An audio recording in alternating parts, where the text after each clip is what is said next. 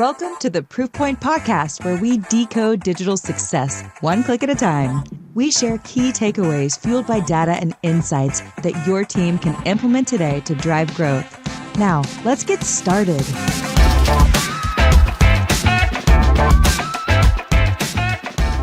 This is Stacie Porter Bilger, your host for the Proof Point Podcast, where I feature B2B and D2C businesses and thought leaders, sharing marketing, data tactics, sales strategies, and leadership insights that kickstart your growth in a rapidly changing digital space. And today we're going to change it up a little bit. We're going to have a round table kind of discussion around AI. And I have a good friend on today, Chad Frenzen. And we both work a lot in the AI space. And we wanted to bring some insights to companies, small to medium-sized companies especially, about how to go about thinking about 2026, as well as planning in the Q4 about what things they need to do to start implementing AI and some things we're seeing. Chad, why don't you tell a little bit about yourself? Sure. Yeah. Hey, great to be here, Stacie. Thanks so much for having me. Yeah. I've been working for Rise 25. It's kind of a podcast production agency. We help with B2B podcasts. We help with this podcast. Yeah. We help with the production, try and give you ideas, people to reach out to, things like that. My main responsibilities are interviewing guests. We have some clients who want a podcast but don't want to have to host it themselves, so they kind of hand it over to us, and my responsibilities are often to host the podcast for them. Yeah. And then before that, I worked in radio. I did news and sports on radio. I've done recreation management, professional sports, ticket sales, things like that.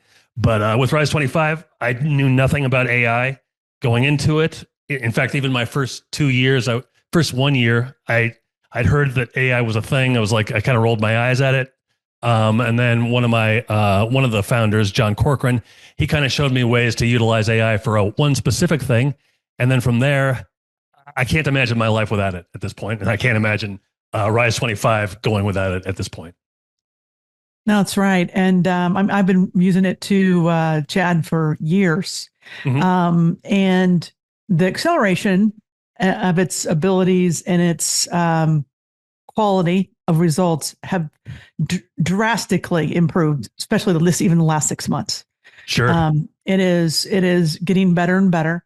And I think, and when I'm working with companies and clients, and we have actually a whole AI audit, which we do for clients to implement, and basically where should they start adopting? How can they accelerate their AI implementation?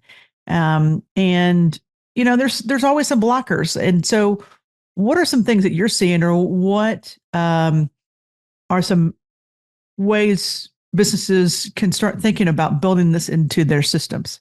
I mean, right now, if you haven't started utilizing it, there's so much talk about it. You probably don't even know where to start. Like, I've missed my window. I'm just not even going to worry about it. We're going to keep doing things the way they do it, just because there's so many possibilities you could use it. I would just say, just start. It's pretty easy to even talk to, and you shouldn't be intimidated by that. Like say you just have ChatGPT and you need some ideas for something. You can just say, just get the conversation going. Hey, give me some ideas for this, and you'll be amazed with what it can come up with. Right. I'm going to be doing this interview with Stacie Porter Bilger, and I needed some things to talk about. She runs this company called Proof Digital. And then it'll give you some amazing things that you can talk about it. And right there, you may not use every little single thing that it comes up with, right? But you've got the ball rolling, and you're already using AI, right? I call that kind of AI curious. I mean, there's kind of like a pyramid of how you kind of grow into the use of AI, and that's kind of a next level. I mean, you're actually being curious with it. You're testing it. You're seeing its capabilities. You see its flaws, but then you also see the amount of time that you could save on some simple tasks, all the way from email, research, competitive intelligence, writing a proposal, all those things that can be sped up.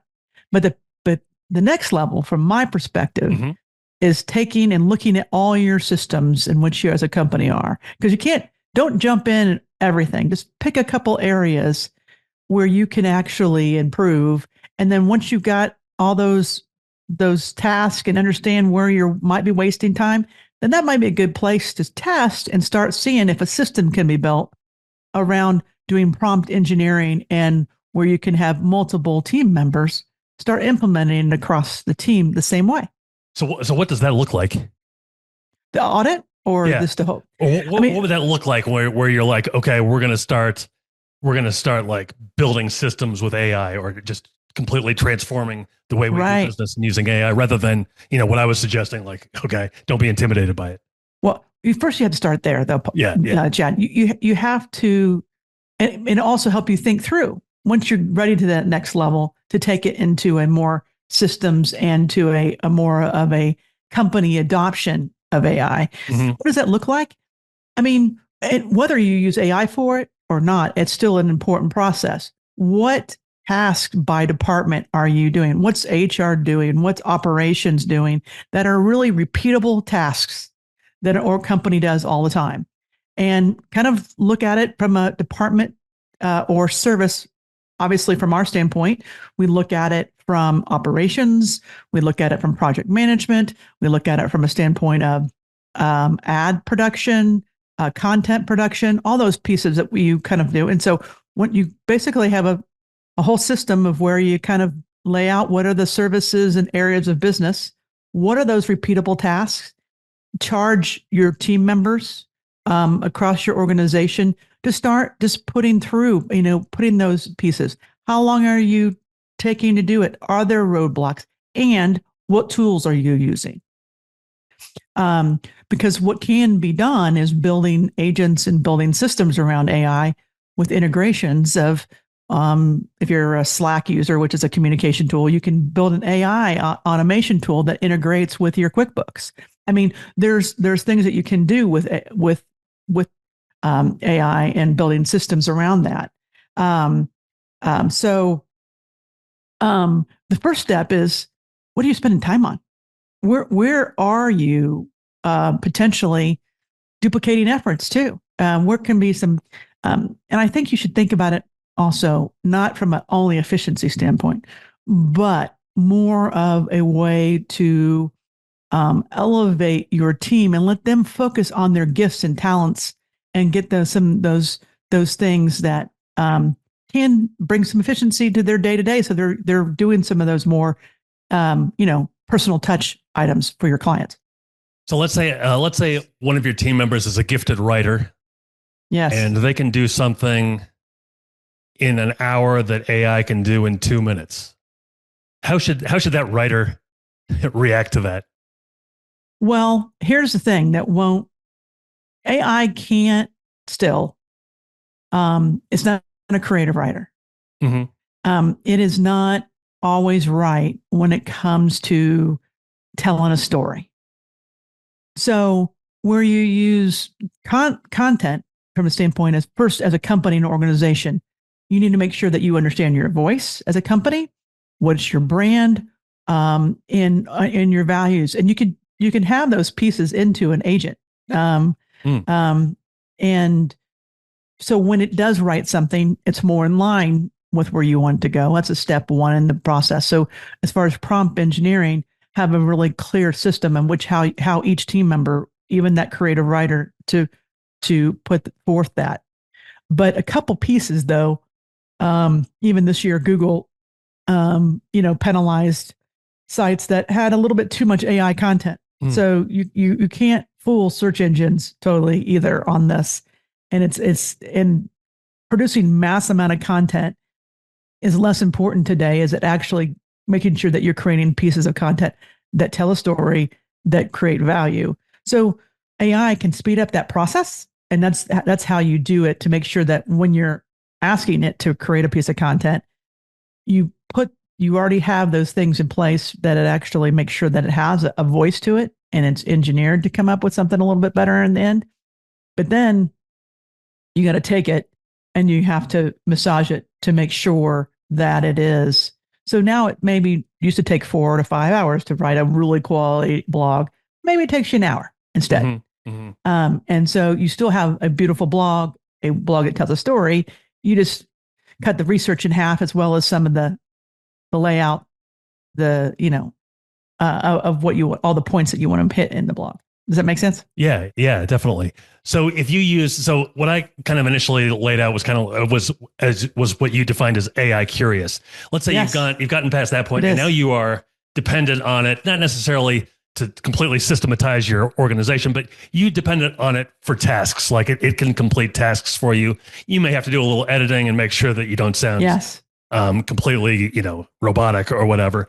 But you use it to complete tasks. Where do you consider that along the curious to fully AI usage timeline? Well, the what we just talked about, like you said, it was a little bit more. It was just past curious because you actually had a prompt. So you started there. That's the next step, and then you have other team members across the organization. So it's basically, just like we use as far as SOPs, systems and operations, that you actually have, you take all your SOPs and then you build out where AI is the partner in each of those SOPs. And sometimes they won't be, but you basically, once you do that audit, you understand the priorities of your organization. Where can you leverage it? Where does it make sense? Where does it not make sense too? Because sometimes it doesn't make sense.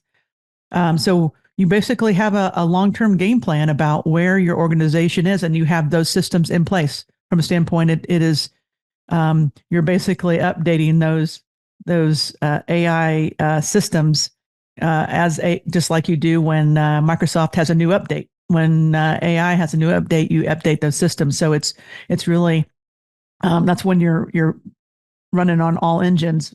When all those things that you put on that audit are actually running and your team is using their skills to the best. But that's a pretty long-term strategy. I think to get going, I think you start with a few and test and see how it goes.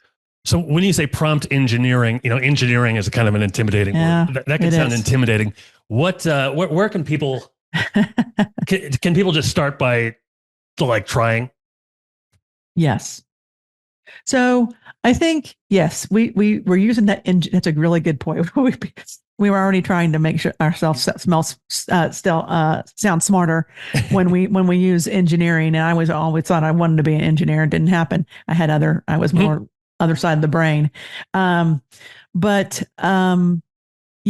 It's basically, asking it questions in a thoughtful way to get an answer that you want.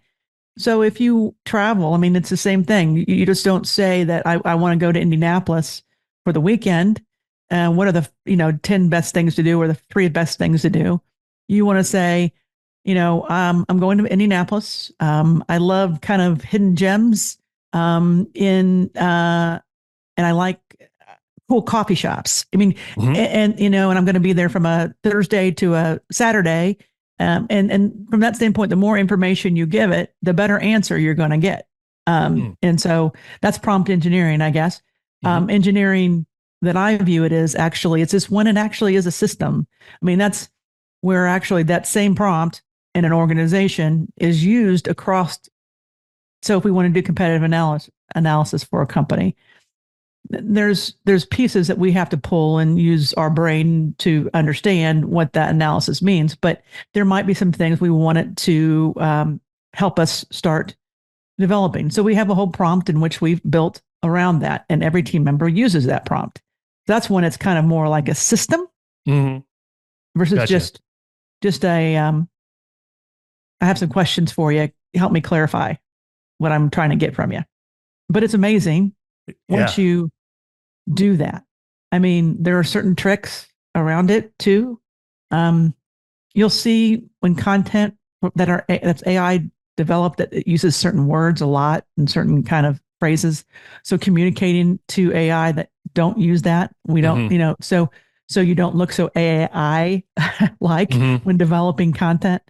So I think curious is a good place from a standpoint of just testing it to help speed up those simple tasks that kind of gnaw at you every day. Is there, I use ChatGPT almost primarily, but there are so many different kinds of AI that specialize in things. Like at Rise 25, we often we just finished producing a audio book for a client who's cool. Not based in the US. So he didn't, English wasn't his primary language, but he wanted it produced in English. And we had a nice British sounding voice from an AI program called Speechify. And we produced the whole book for him. And honestly, if you have to tell Audible or whoever the distributor is that it's an AI voice, but if you didn't read that, you probably wouldn't know that it was an AI voice. Yeah, that's amazing. Is there some AI program that you would recommend starting with? Like is ChatGPT the one, or can there be more specific ones based on what you do? Well, I think each of them and they evolve, depends on the week. I do think ChatGPT has more robust pulling in different resources and analysis than others today. But if you were a writer, I think Claude does a pretty good job. Why do you say that? It's just better. It just seems to be more human-like. It'll come through just more like I said, more human-like, I guess, and less stoic or other words that you can think about writing. So I think Claude does a better job from a content standpoint. ChatGPT still seems to be the leader, but you also have Gemini. I also like to use Gemini on predictive analytics and certain things like that more. But they're all getting in the, they're getting those big guys are getting in the game. So it's something to keep an eye on. That's what's your perspective, Chad? Yeah, I think, I've been using this one. Well, I usually use ChatGPT. I've definitely used Claude to help me. Like I said, I sometimes host interviews for clients. I've used Claude to help me basically write the guest intro and check out their LinkedIn page and come up with 20 questions for the guests. Not that I read through those 20 questions verbatim, but it's stuff there. It's like talking points that I can go over with the guest. And I didn't have to think about it at all. I can do it within 3 minutes rather than spending an hour, which is what I used to do to prepare for these interviews. So that's always good. I've been using this one called Galaxy.ai. Have you heard of that? Yeah, I've heard of it. I have not really used that one. That basically gives you everything. In fact, there's one little thing on here that says humanize your prompts or humanize your content. So you basically can have ChatGPT give you something, and usually ChatGPT, like in their content, they always say like the words highlights. This highlights the tendency of so and so to, you can put it in there and then it'll rewrite it for you so it sounds like a human wrote it. And then sometimes you have to be like, okay, this is too human. I need to make it sound fancier. No, it's right. I mean, it is. Yeah. I mean, and there's a lot of things, popping up, even, that are related to even like, Google or outside of Gemini. There's, I don't know if you've heard of Lovable. And I mean, just a lot of tools out there that are just doing amazing things pretty quickly. Have you tried Lovable? I have. That is incredible. Yeah. Yeah. Have you used it? What have you done on Lovable? Well, I've been working on these Shopify stores, and I wanted to bring have a tent page, okay. And then it can refer you to some different Shopify stores. Yeah. And I just put in hey, I've got these 4 websites, they're Shopify stores. And I told ChatGPT to write me like a thing for Lovable that I can use to help me develop kind of like a home page for all 4 sites. It came up with like a page worth of stuff that I didn't understand, including some code. Yeah. I pasted it into Lovable and I couldn't believe it. Like what it came up with. It is from a development company. You can build apps, you can build websites. Now, here's the thing. All these things will help speed up the process, right? Mm-hmm. But again, the creative side it needs a little bit of it, that's still going to be going forward. Those, I don't want to make all those designers nervous, because you have to listen to the client to understand what their message is. But Lovable is pretty cool. Yeah. What do you think is the right attitude for a business to have? Like, let's say that AI is out there, you'd probably benefit from it. What kind of attitude should a business owner or a leader have toward the use of AI? Like a healthy attitude. Well, I think a healthy attitude is that it is here to stay, and it can give you an edge, especially with larger organizations who might have harder time to adopt. So if you want to be in business for the next 5 or 10 years, you need to adopt. Now, you also have to come up with the thought process. It's amplification, not replacement. You need to capture expertise still. You need to ensure consistency as a business. That's still part of it. You need to evaluate performance of AI. You need to make sure that everybody's still focused on the right thing. So the business itself does not change. So you need to have those systems in place. It is a tool that could increase margins. It could help you grow faster, but you also need to do it and execute, and then, in a way that's going to enhance your teams, your current teams, and really put a plan in place, and baby steps are fine, to start building it into your systems. So some people are maybe afraid of it. Some people I've seen on LinkedIn, I've never really, I've talked to maybe a few people. They're opposed to it. Like, it's going to be fraudulent. There's too many traps involved. I'm guessing you would say that that's not a healthy attitude. It's good to have skepticism, but maybe not be. Look, I mean, AI is not perfect. There are some bad sides to AI, but small, medium-sized companies specifically who I serve, and nonprofits, it is here to stay. Just look at the stock market and where investment is taking place. So if you are in most businesses, I can't say all businesses, but most businesses need systems, and AI should be part of building, consistency and efficiencies within those systems. I was telling you about Galaxy.ai and some of the things they do. I'm just looking at my screen now. The things you just click on and you can use: AI YouTube thumbnail generator, AI background changer, AI clothes changer. You put your picture in there and it'll change your clothes for you. AI face swap, AI voice cloner, AI voice changer, AI music generator, video effects generator, transcription, pretty much everything. Yeah. Generate videos using VEO 3.1. I don't even know what that means. Apparently you can generate videos. Yeah, you can. So it can really save you a lot of time doing a lot of things. It can. And some of that's scary. Some of that is scary. And I get that. I just know, from a historical standpoint, there have been things in history that have changed the way we do business. And this is one of them. And I, as an organization, is that, we want to be we are and will continue to be an authority on how companies can implement it effectively, to help them grow.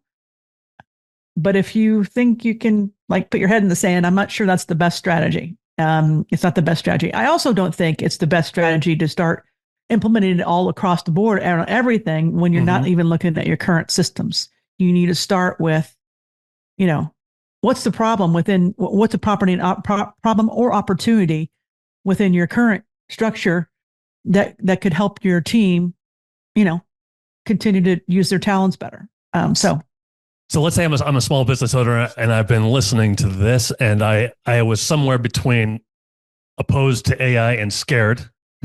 And I know that I need to start. Maybe I'll have a few chats with ChatGPT. At what point would I be ready to start working with like Proof Digital and have Proof Digital help me? That you made a decision as a company that AI needs to be part of your company's future. 2 feet in, that's what you want to do. And that you're ready for a couple things to put in place. One is you probably need to start with an AI policy. I mean, start there with how your company is going to go forward, and then start with that audit piece that I mentioned to start thinking about what are the best roads or paths for your organization to start, bringing it into your systems. I really think that's the best part. But you have to make a decision as a company to say, "Yep, we better get on with this new age, and not miss this, shift in the way we do business." And it is, it's.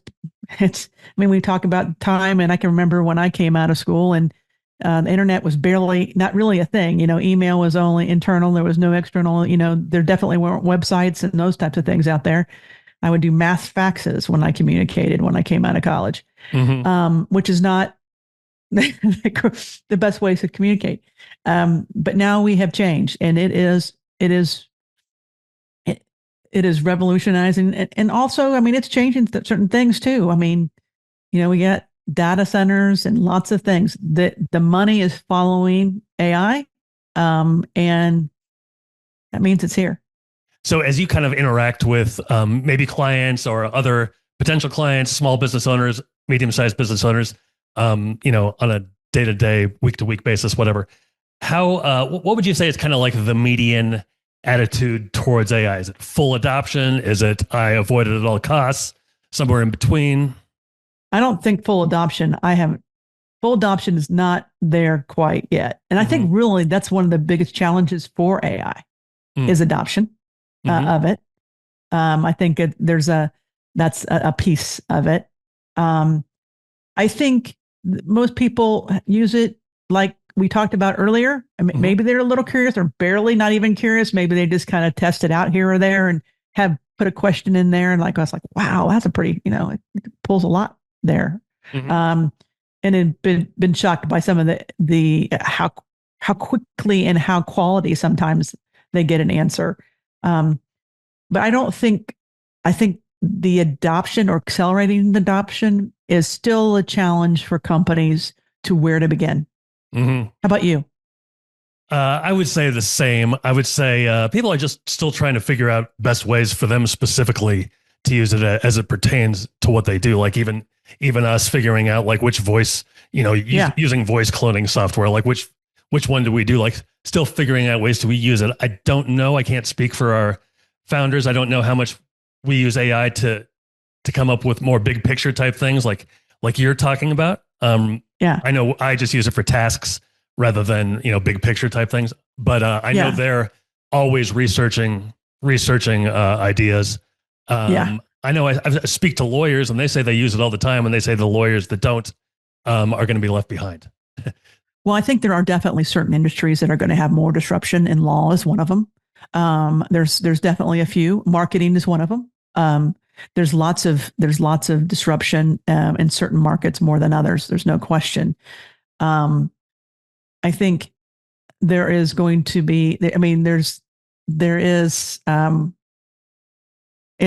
strong market for AI, but it's uneven. So how that plays out will be, time will tell. But I know it is an unbelievable tool for operational efficiency just in that piece. Cost control. And those are things that companies look at all the time. And it's, kind of depending on the market, what industry you're in right now. Some are having harder times than others, and they have to think through how they get through those ups and downs. And if you think ahead and be prepared and understand that this is a tool, but also it's a tool. It's a tool. It's not your, and so it goes back to the same. You have to have systems and processes in place to determine, how effectively to use AI. That's my opinion. And go after the low hanging fruit in adoption. Just go after. And what I mean by that is, back to the thing, what are some of those operational tasks that AI could easily be automated for? That's a really good place to start. And sometimes you might need somebody to help you identify what that is. And we're working with companies and helping them do that. But what's an example of one of those? I mean, it really, it is. It's starting with that, what I talked about is just, one, doing the audit piece. And then, one would actually be, project management and, of creating, tasks from meetings. I mean, and just making sure of implementations within project management systems. That's one that's totally can be automated. There are some examples even on,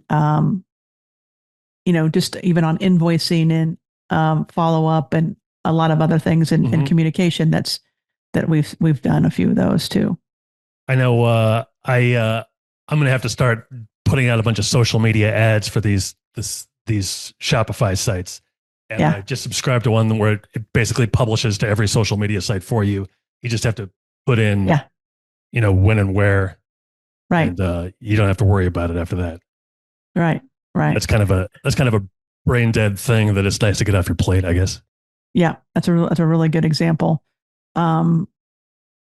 We're looking at, in sales processes, where, automations there and simplicities with systems with AI there. I don't know. There's a lot. But again, the first place is to start is, okay, what tools too are you using? So we're seeing automations easy with certain tools. Obviously Google, Slack, but there's others. If you integrate with ChatGPT and other tools that you feel comfortable doing, not everybody feels comfortable doing. I think too, one of the first things I mentioned earlier, people do need to have a policy. They need to understand what they should put in as a company and not put in it. So that's one of the first steps to start with. I mean, you just don't want to start putting things in there especially if you're in the healthcare industry. Let's not do that. Be careful with what you put in it too. What do you mean by put it? Like, what do you mean by put in it? What's the danger of that? I mean, let's not put social security numbers and people's addresses and phone numbers. And I mean, you need to have policy in place of how your team needs to use it and how to be, what not to do and what to do. So if you, what's, let's say you're ignorant, you're just like, I don't know, I'm just going to put it in there. What are the potential dangers of that? Well, it could get out there. It's already out there. So, it just increases your risks of security risks for your own data or your client's data. Gotcha. So I think there are ways around that. By the way, companies are building their own LLMs, learning language models that are secure and private. But again, I think depending on your company, having a policy, understand what you can and can't, what area of business are we using AI? What area of business we're not? Those are things to think through. Okay. What about you? Do you all talked about an AI policy, or are you just kind of all in? We have not talked about an all AI policy. We wouldn't be in a position, at least I wouldn't be in a position to put any kind of you're not putting personal data in. Yeah. Put that kind of information in there. I mean, the stuff that I would use is already on somebody's LinkedIn page. So it's already out there, not gathering anything terribly personal. Right. And I think another way to look at it too, a policy is, how you document your process and systems. From a policy standpoint, okay, if you've done it a certain way so many times, maybe that's a way to look at it from a standpoint of maybe we need to put that into a SOP, those kind of things too, to be part of a policy. But yeah, sounds good. All right. We can talk forever on this, but I know, there's an opportunity, and I think in thinking through, this going in, as we're in Q4, what kind of investments do companies want, and time investments in AI for their team?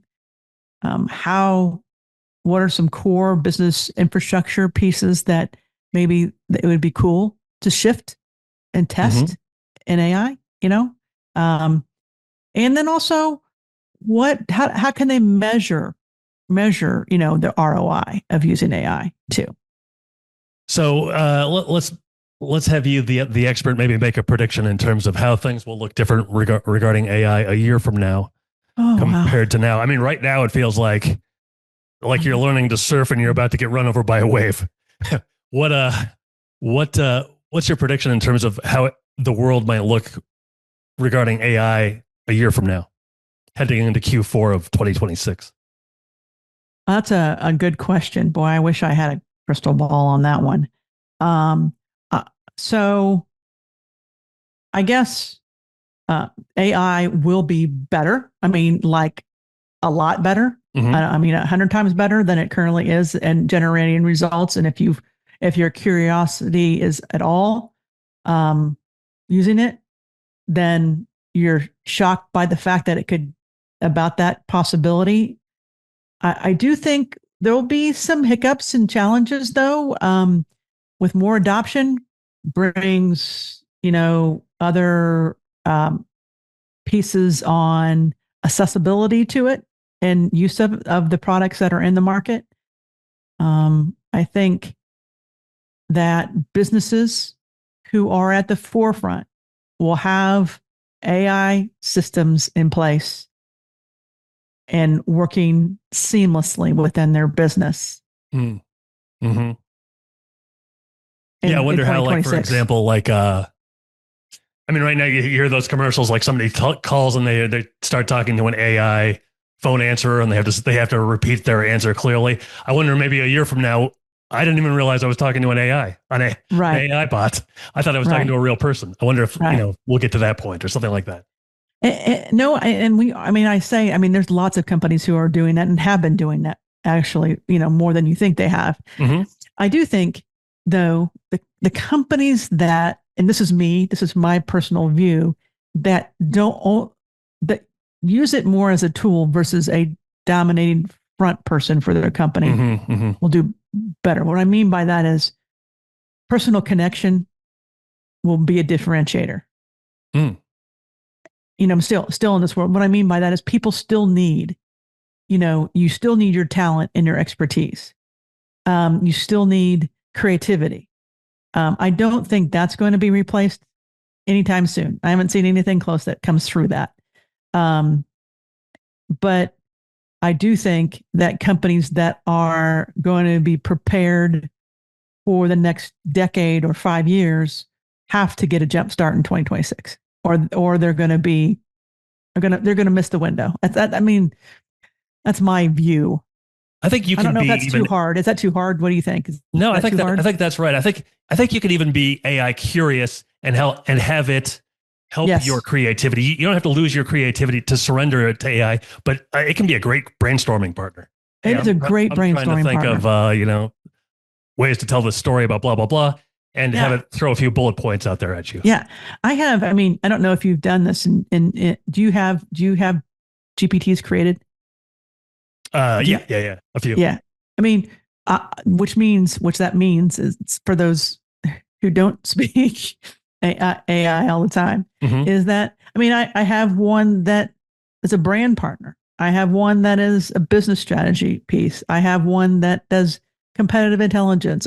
I have different ones that I've created that, help. I've already had the inputs in that when I have a question, it's generating better results for me. Do you do the same? Yeah, definitely. Yeah, definitely. And I think that is just beyond, to be truthful. That's not implementing company wide. That's just me being a little bit more curious. Sure. That's a great place to start right there. Yeah. But I do think, what are some of your predictions? What do you think? I think people will, the better it gets at copywriting, not necessarily creative writing or whatever. I think people will use, I think, especially small businesses, I think a lot of that, maybe catalog copy and product descriptions and things like that will probably be used or probably be generated by AI. I mean, why not?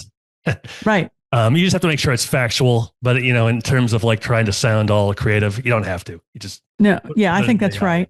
And I think that balancing what we're going to see in the search world, how they deal with that kind of copy development. I don't know how they can fight it. However, they tried to this year in some of their updates because they wanted high quality content. But I think you're right on some of those product descriptions, catalogs, or simple, get a content going. That's you should start there, to be truthful, almost every time.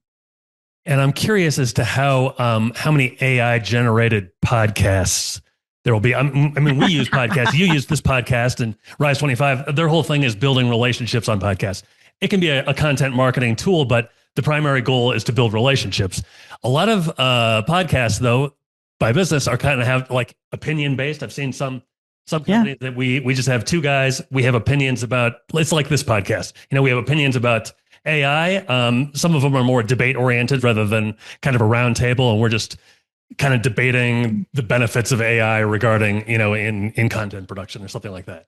I'm wondering, like, if you just say, hey, produce a podcast for me, where one guy is arguing on this side and one guy is arguing on this side, and then that's their brand. Those are brand characters that aren't even real, and it's a podcast that you can find on people's web pages. You probably could. Now, I will tell you, I don't know. I kind of like talking to you, Chad. I kind of like it. I know. But no. There's no question. And the challenge that I think I was having breakfast with a good partner of mine this morning. And we were talking about this particular topic. And the big thing is that we still need to work our muscles of our brain and curiosity and, get our brain to try to problem solve. And if you let AI only do that, then you're not working that part of the brain. Mm-hmm. And so I think there's some dilemmas in companies too, because I want problem solvers. I want people who are, forward thinking, but I also don't want them spending, hours on an agenda when they can create it in 30 or 15 or whatever. So I think that's going to be part of the challenge, is making sure that we are challenging our intellect and problem solving, and this of having human to human talking and hanging out and using our time efficiently by solving problems, and it being a tool in the toolbox to do that. Sure. That's definitely something to keep in perspective, rather than, it's so easy to just completely surrender yourself or just completely avoid it. Like, use it as a tool in the toolbox to the best of your capabilities. It is. And I know there's a lot of debate out there about it, regarding, what about trust? What about ethics? What about governance? How do you protect kids? Those are all great discussions and should be having, and everybody should be having those. Mm-hmm. My role in becoming a lifelong learner and, like I said, when I started my career, the internet wasn't a thing. And now I run a digital marketing firm, and I'm doing master classes on AI. Who knew? But it's here. And so companies need to use it to help them grow, so they can keep on growing the company, so they can employ people to do those really fun, creative things. I do not believe it's going to replace people. I think it's going to enhance your workforce. Okay. Now there's going to be some exceptions. Those lawyers you talked about before, some of those lawyers who don't use it, and some of the, folks who do all the research, but they'll find something else. But I definitely think that in companies, it can be used more of an enhancement, and for people not to be scared of it. Yeah, sure. That's definitely good to keep in mind. Did you, as we kind of wrap things up here, you mentioned the internet wasn't a thing when you started, and now you're doing this. Is this all real world education that you've attained, or did you have to go back to school for anything? Great question. No, I didn't go back to school. Mm-hmm. Yeah, I mean, back even to AI, I work with companies all my career in different ways, and some in public policy, by the way, but I work with startup companies and work with people. It's still about people and understanding problems and how and what problems you're going to solve.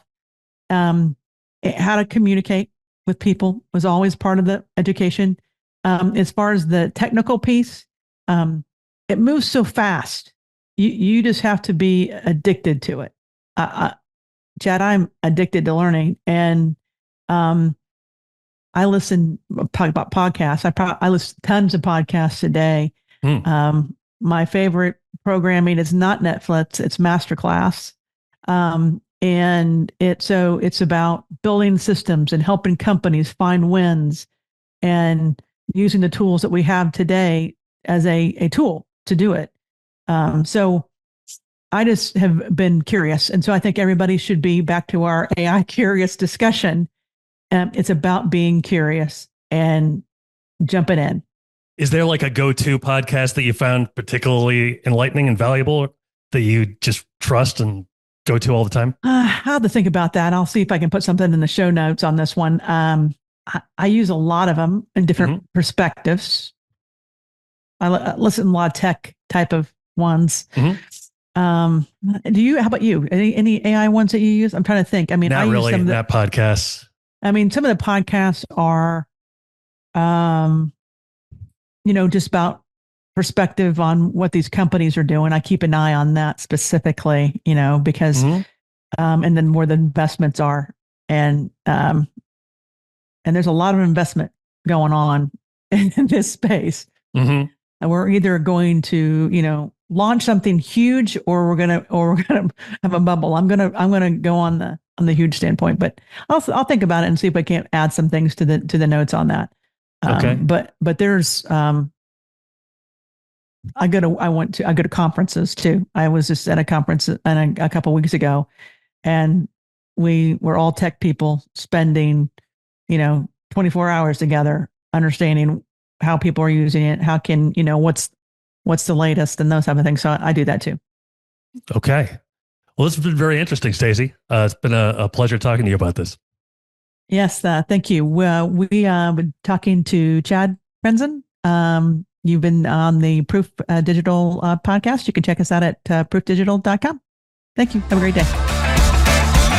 Thanks for listening to the Proof Point podcast. We'll see you again next time, and be sure to click subscribe to get future episodes.